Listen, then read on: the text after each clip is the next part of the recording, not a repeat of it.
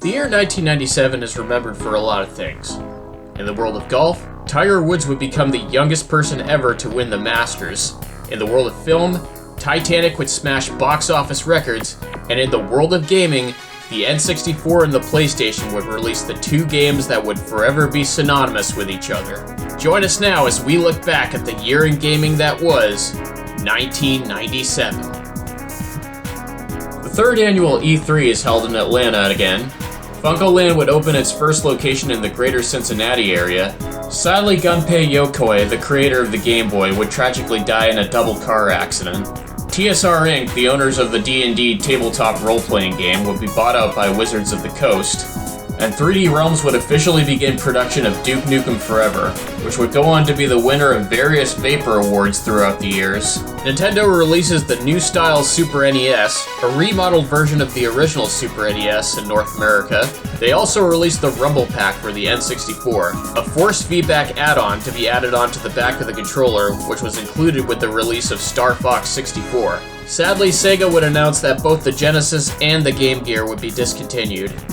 Sony would have one of its greatest years yet, with the PlayStation not only once again taking the #1 spot, but dwarfing the competition, selling 17.2 million more units. Just ridiculous numbers. However, with the home console scene doing so well, the arcade scene stateside began to struggle, with many amusement centers closing their doors, as gamers preferred to have a premium arcade-like experience at home, with graphics on consoles continuing to get better. Final Fantasy VII would appropriately enough receive a staggering 7 Game of the Year awards and become the best-selling game of '97, while Gran Turismo would be the highest-rated game that year. On the business side of things, GameTech would file for bankruptcy, Bungie would form Bungie West, and Crave Entertainment was formed.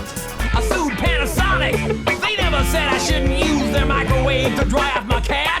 Nintendo would sue the following parties: Game City for selling the Game Doctor and Dr. V64 backup devices for the Super NES and the N64. Nintendo would win the suit. They would sue Prima Publishing for the copyrights to the maps of Goldeneye 007. Nintendo would lose this case.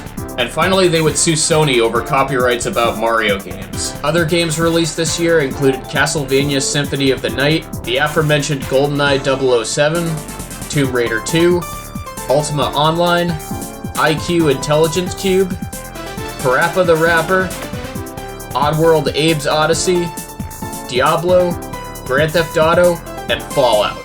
Well guys, that's about everything that happened in 1997. Be sure to like and subscribe, and I'll see you guys next time when we revisit arguably the greatest year in the history of gaming, 1998. Later.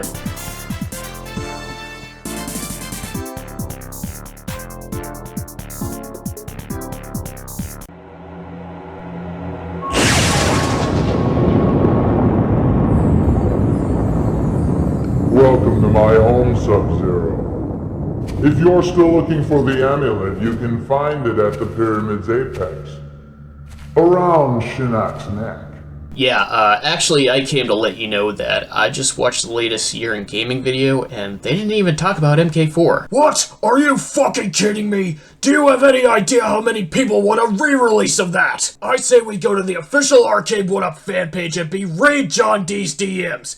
They'll release 12 different reskins of Street Fighter 2, but when it comes to MK, we always get the shaft! It's bullshit, I tell you. Oh yeah, and don't even get me started on what Zohar's gonna say. I do not know who this Zohar is, but he sounds disappointing. What you got there? John D's web browser history. His wife's gonna have a field day when she finds out that he's a fan of spa baskets. You sly devil, you. First MK4, then Qbert!